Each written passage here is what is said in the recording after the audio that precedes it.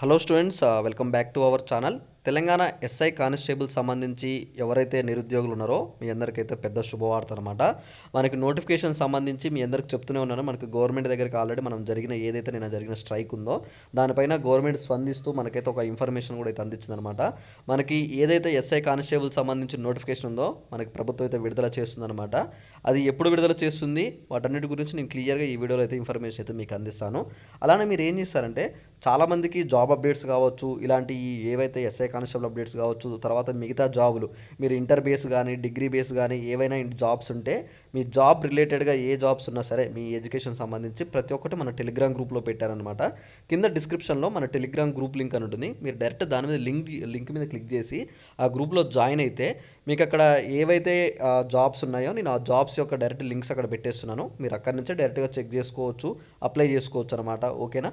అయితే ఇక్కడ చూసుకోవచ్చు మనకి ఏదైతే మనకు జరిగిన నిన్న స్ట్రైక్ ఉందో ఆ స్ట్రైక్ని స్పందిస్తూ మనకైతే నిరుద్యోగులకైతే ప్రభుత్వం నుంచి అయితే ఒక శుభవార్త వచ్చిందనమాట. ఏవైతే స్ట్రైకులు చేస్తున్నారో ఎవరు దిగులు చెందాల్సిన అవసరం లేదు. త్వరలోనే ఏవైతే ఆ 14,500 మనకి జాబ్లు ఉన్నాయో, అంటే మనకు కొత్త జాబ్లు కాదు మిగిలిపోయిన పోస్టులు ఉన్నాయో ఆ జాబ్స్ని మేము విడుదల చేస్తున్నామని చెప్పేసి మనకి సీఎం రేవంత్ రెడ్డి గారి గురించి అయితే మనకైతే ఒక స్పష్టత రావడం జరిగిందనమాట. త్వరలోనే నోటిఫికేషన్ సంబంధించి క్లియర్ కట్ ఇన్ఫర్మేషన్ అయితే విడుదల చేస్తాను.